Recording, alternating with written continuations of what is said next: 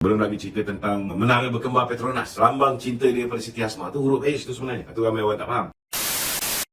Mungkin dia cakap tentang Presiden UMNO daripada tahun 1981 sampai 2003. Kerana memang betul, saya tidak nafikan. Di zaman keparatnya ini, zaman 81 sampai 2003 ni, kita ada seorang Presiden keparat yang kepala otak dia hanya memikirkan tentang soal nak mengayakan anak-anak dia. Itu sebab anak-anak dia semua gagal menjadi jutawan. All of them are billionaires. They fail to be millionaires. They are billionaires. Adakah mereka ni mewarisi kekayaan datuk dia? Tak kira lah datuk dia jual cendol ke, datuk dia cikgu ke. Soal dia, datuk dia bukan seorang yang kaya. Mereka meraih kontrak-kontrak kerajaan. Daripada kontrak-kontrak besar sampaikan cadar hospital pantai pun, ni semua dapatkan anak-anak dia untuk cuci. Untuk laundry pun dia sapu. So, tak payah cerita tentang orang UMNO hanya fikir tentang duit. Yang dia maksudkan itu ialah bekas Presiden UMNO yang menjadi Presiden UMNO 22 tahun, Mahathir Mohamad ataupun Iskandar Kuti. He's talking about himself. Dia cakap tentang diri dia sendiri. Yang mengaya-ngayakan dia punya kroni. Vincent Tan-nya, Tan Sri Ananda-nya, Tan Sri Arumugamnya, Ting Pak King-nya. Semua orang ni telah dikayakan oleh Mahathir Mohamad. Memanglah, betul lah. Dia cakap UMNO memikirkan duit saja. Tetapi Alhamdulillah, selepas beliau meninggalkan UMNO pada tahun 2015, kalau dulu IPP yang saya sebut 4 IPP tadi, bukan hanya dia dapat supply kepada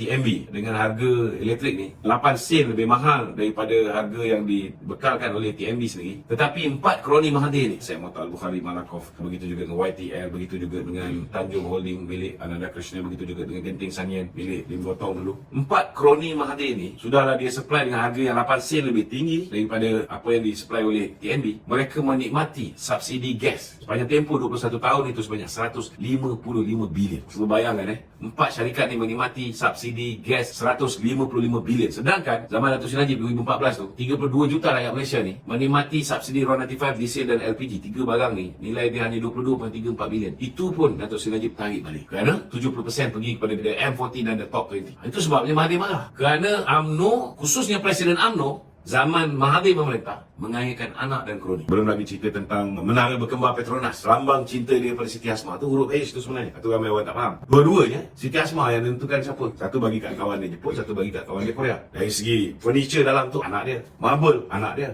Semua anak beranak dia. Anak dia Mozani minat dengan kereta supercar. Dia bina Sepang Circuit Formula 1. Lantik Mozani menjadi chairman. Semua cerita tentang anak dia. Dia bangunkan Putrajaya. Mana orang Melayu yang dapat? Hanya Ahmad Zakir Resources dapat buat masjid besi. Yang lain toke-toke kawan-kawan dia. Memanglah, betul lah dia cakap. UMNO pada ketika itu fikir pasal duit. UMNO mana? Dia, Mahathir. Bukan UMNO zaman Datuk Seri Najib ke zaman Datuk Zahid. He is talking about himself. Tapi Alhamdulillah UMNO telah diselamatkan daripada manusia keparat ini, daripada terus menjadi presiden kita. Dan di mana saja dia pergi, dia tetap membawa kecelakaan. Kita tengok, dia pergi ke Bersatu, hancur Bersatu. Dia pergi ke Pejuang hancur lebu. Dia pergi ke GTA hancur lebu. Sekarang dia jadi penasihat kepada PAS di 4 buah negeri. Percayalah, kita tengok hasil dia dalam tempoh 4 tahun lagi. Jahanam.